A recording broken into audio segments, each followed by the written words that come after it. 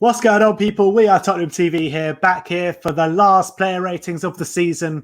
Obviously, we drew with Crystal Palace 1-1. That sealed our fate to sixth spot in the Europa League.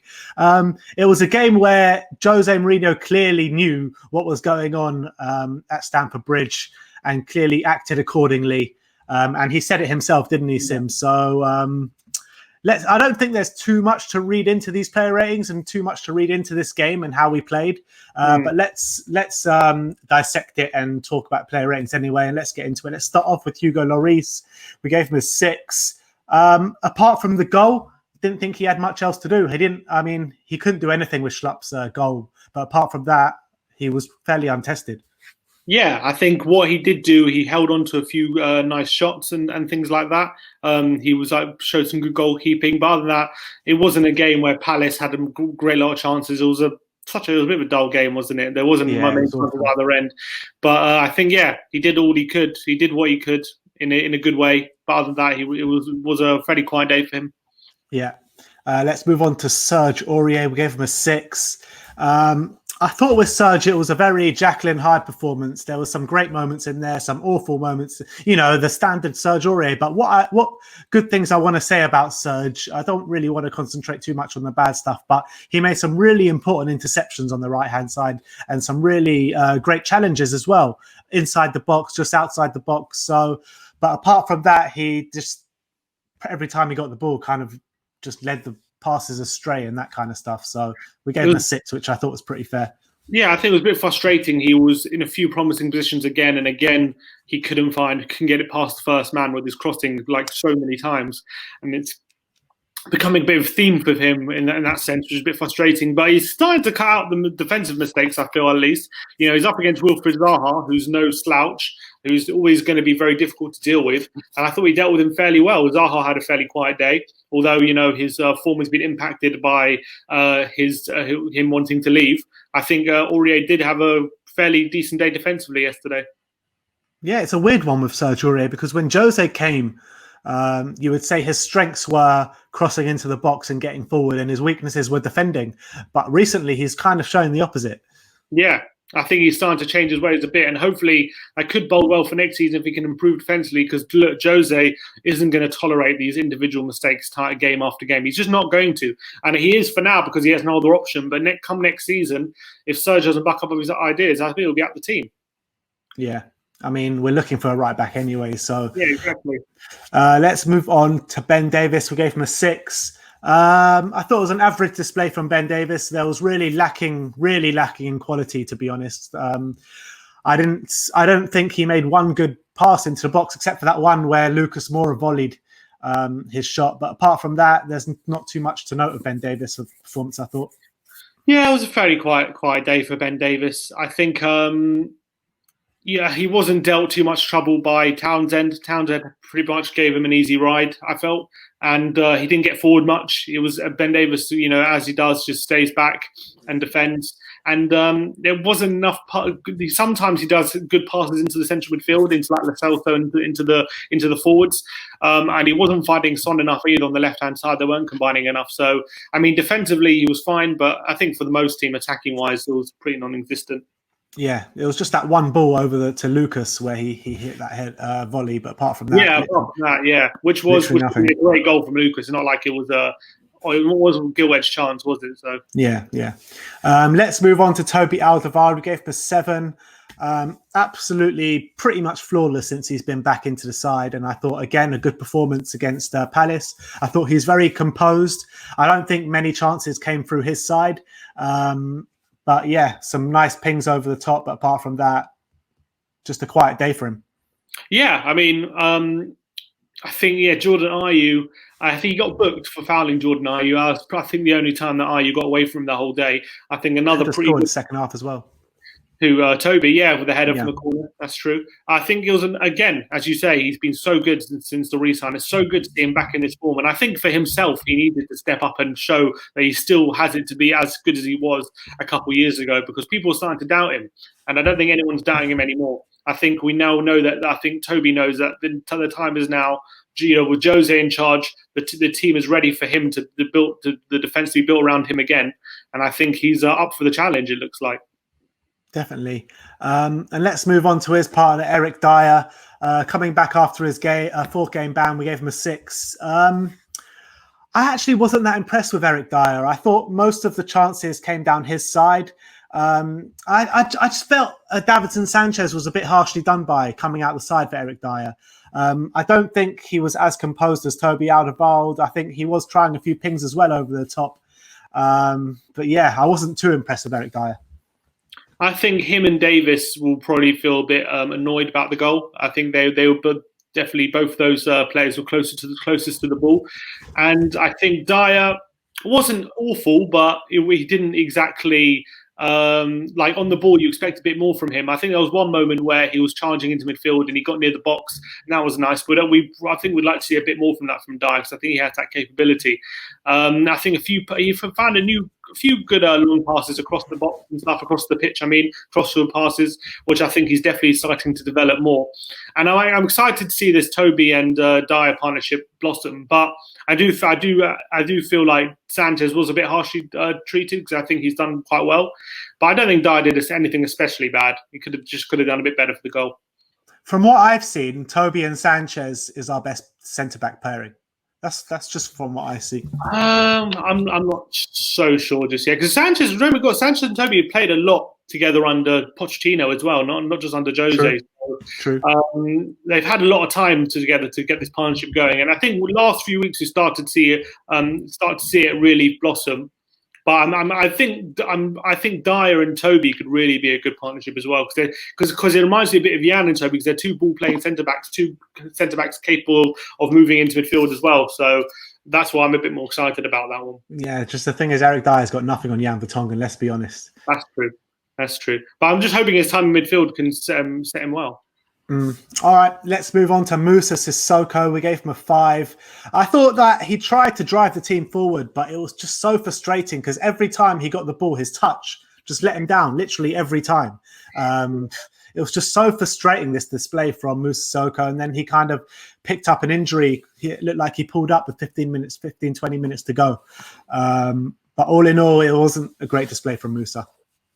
I think, yeah, look, it wasn't the best, and I think sometimes with Moussa Sissoko, even when he's at his very, very best, he's not like, his touch is never great. So when he's having a bit of an off day, his touch is just absolutely woeful. And I think it was one of those days yesterday where nothing was quite working out for him. His passing wasn't really on it.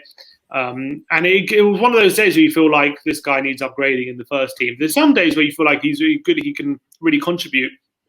The days like yesterday where you feel like, how is he even a professional footballer? Sometimes he has those days like against Sheffield United as well, when he gives away a corner from the halfway line. Like, you're just thinking, how did we pay 30 million for him? But I think he has his skill set. He's good at what he does. It's just a question of how consistent he can be. And it was a bit of an off day for him yesterday. Yeah, I think he's definitely at home more being a squad player than I think a consistent starter probably. Yeah. All right. Moving on to Harry Winks. We gave him a 5. But actually, on reflection, he actually could have got a lower mark, because I actually don't remember anything good he's done in this game. I think a lot of times he got the ball in that middle of the park, and misplaced passes really played us into trouble at times.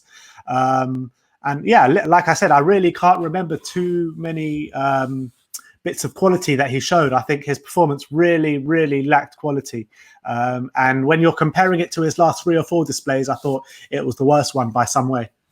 Yeah, it wasn't a great display from him, but I feel like Jose Mourinho was telling the team to be extra pragmatic, as he said after the game, and I think that's a part of the reason why we didn't see too many forward balls from Harry Winks. A lot of the times he did play the ball forward, it was kind of aimlessly into the channels, just like hoping to pick out Bergwijn or Lucas or Son or someone, and a lot of the times it wasn't coming off. And I feel like the last half an hour especially, we conceded most possession to Crystal Palace, and we didn't have many opportunities to attack. So I feel like he didn't really shine in that game. It wasn't awful, but his passing is his main attribute usually, and he wasn't able to show it off. Yeah. Let's move on to Giovani Lo Celso. We gave him a 6. I thought that, he battled very hard. He tried to make things happen, got the assist for Harry Kane's goal, which was absolutely superb. He also had a shot saved in the first 10, 15 minutes or so. Yeah, very early on. But again, with Giovani, I thought he tired in the second half, and he was the first guy to get replaced, and probably rightly so. But apart from that, I would call for more from Giovani. But like we say week in, week out, this guy's playing with an injury. And it's also becoming a theme now with Lo Celso. How many times have you been taken off after an hour? Probably the past 4 games. Yeah, but you've got to say that it's got to be do something with the injury. Probably. You think you must assume that, but I think it is. But I don't think it's because of how he's playing. Because I don't think he's playing particularly badly. It's just every game he's been taken off for an hour. So is it a case of Mourinho saying an hour with Lo Celso is better than an hour without him, or better than half an hour than him coming off the bench or something? Because even with an injury, we can see how good this guy is. And I thought the assist yesterday was pretty good. He won the ball high up the pitch, battled hard for it, and then got a nice little pass into Harry Kane. Didn't see too much else of him other than that, but I thought it was a good moment for him.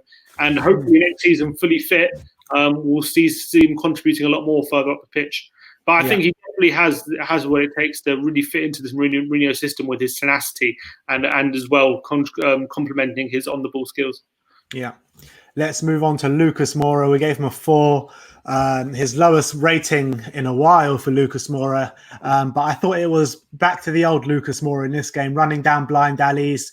You can't fault him on effort because he literally ran his socks off. But when you've got a striker like Harry Kane in the form that he is in, you just need to provide him service. And both Lucas and Son, which we'll get into in a minute, just did not do that for him.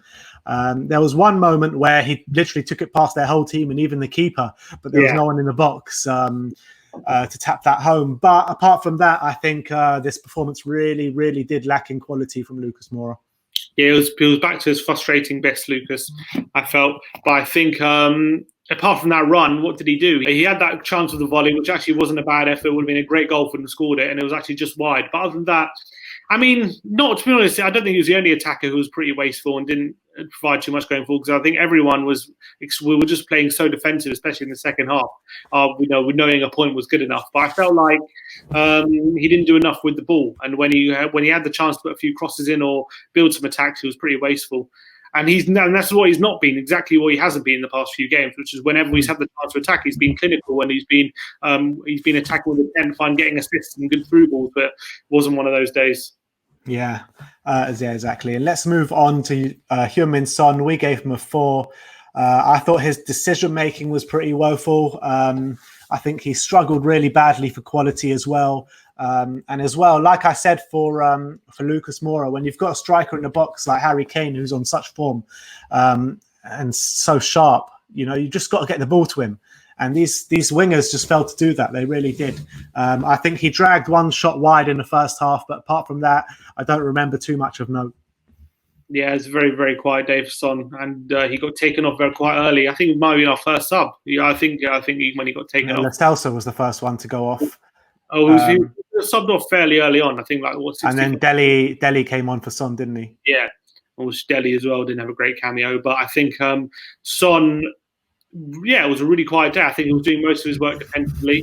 I think on the left hand, he was on the left hand side again. I do feel like in this kind of Mourinho system, he is happier up front with Harry Kane. So I like to see him more there. But I think he did the dog work well, which is why he got taken off. I think he tired very early. But yeah, it was quite a quiet day for him. Didn't get much. I think he had a couple of opportunities to get a shot off, and he decided to delay it and pass it wide and stuff like that. When Son, with confidence, might have taken a shot. But yeah, it wasn't a great day for him. And let's move on to last but not least in the starting 11, Harry Kane. We gave him a 7.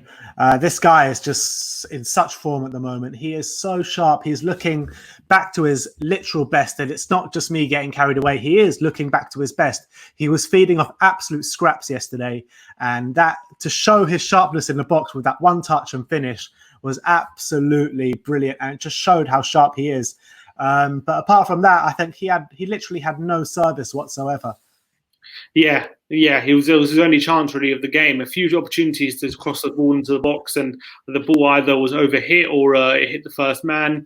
Again, the chances when we had the opportunity to give him service, it wasn't there. In the past few games, we haven't attacked that much, and when we have attacked, we've been clinical, and it just wasn't really the case yesterday. Apart from that chance in the first half when he took it with aplomb, really good finish. It was like the Harry Kane of old. Just after that, as we've been saying the past 2 weeks, he really looks like he's coming right back into form. He's looking fresh, he's looking sharp, and it's just a shame that the season's ending for him, because 18 Premier League goals for the amount of games he's played is pretty phenomenal, and it's a pretty good return, beating last season's total. I only got 17.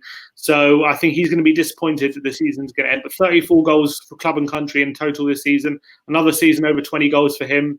So I think he'll be happy with what he's done, even though injuries cost him a few games. But hopefully next season he can go back and get the golden boot. Yeah, and this one's for Paul Merson, this stat, who said that he's never going to score under Jose Mourinho. He's now scored 14 in 19 under Jose Mourinho. So it speaks for itself, doesn't it? Really does. Those numbers speak for itself. He's clearly a man in form and can score a goal under any manager. And Bergwijn, Ali, and Skip all came on off the bench. I think Bergwijn's the only one which we saw a bit on the ball. He looked like trying to make stuff happen, but it really wasn't coming off. And he came on, and we basically reverted back into our half. So it was difficult for him. Yeah, Bergwijn came on, and Dele as well. I felt like was a bit wasteful in possession. A few times he got the ball and just gave it away straight away. But they were clearly given. They were coming on with orders to be very pragmatic and to not go forward as much, not take any risk. And I think Jose was clearly keeping an eye on the Chelsea game, because he said with half an hour to go, he asked someone what the Chelsea score was, and then he started to go ultra defensive. And look, he got the point that we needed to get sixth. And I guess for him, it's job done, but it just wasn't that pretty. Yeah. And let's move on to Jose. Well, you mentioned it a bit there, but let's move on to Jose and give him a rating. We gave him a 6. In terms of the lineup, the only thing I would say is Sanchez and Dier, question mark over that. Because apart from that... I'm not going to blame him putting Dier back in. I think it was just a bit harsh on Sanchez. Yeah, maybe, possibly. But Dier as well was playing well before he got banned, wouldn't he? So that's true. In terms of the way we played, I thought in the first half we played well. Should have got more than one, I think. Would have made us comfortable for the second half. And because we only got that one goal, it made it a really nervy end to the game, because we knew if we concede a goal at any moment, then this top 6 dream is over, kind of thing. But we got the job done at the end of the day, so you got to give credit to him because his tactics worked at the end of the day.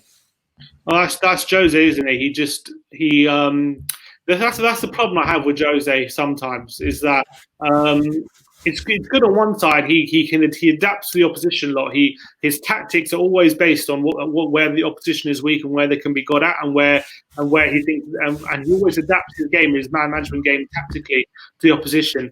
And sometimes, whereas Pochettino would always just focus on ourselves and focus on how we're playing, and the results will come in that way, and just focus on that way of playing, just drum it into the players. That's how we're playing. Doesn't mind who we're playing.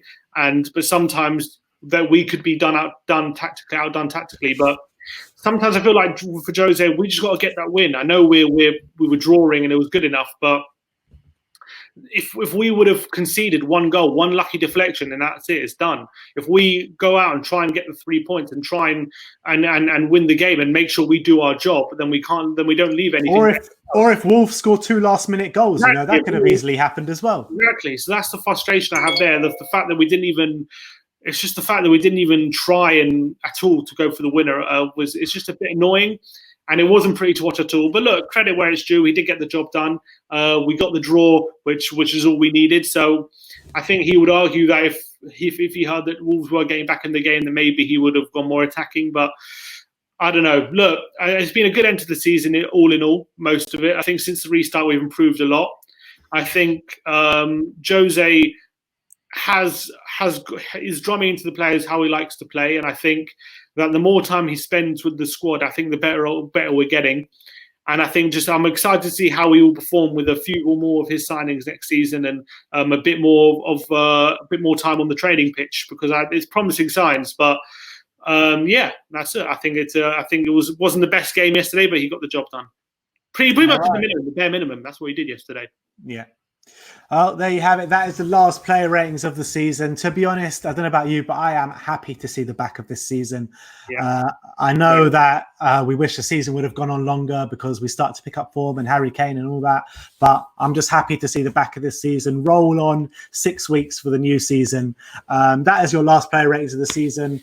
We're going to have some season review videos, a season review, player ratings for the whole season, tier lists coming out. So watch out for that over the next week or so. Like, subscribe, and comment. And as always, comment.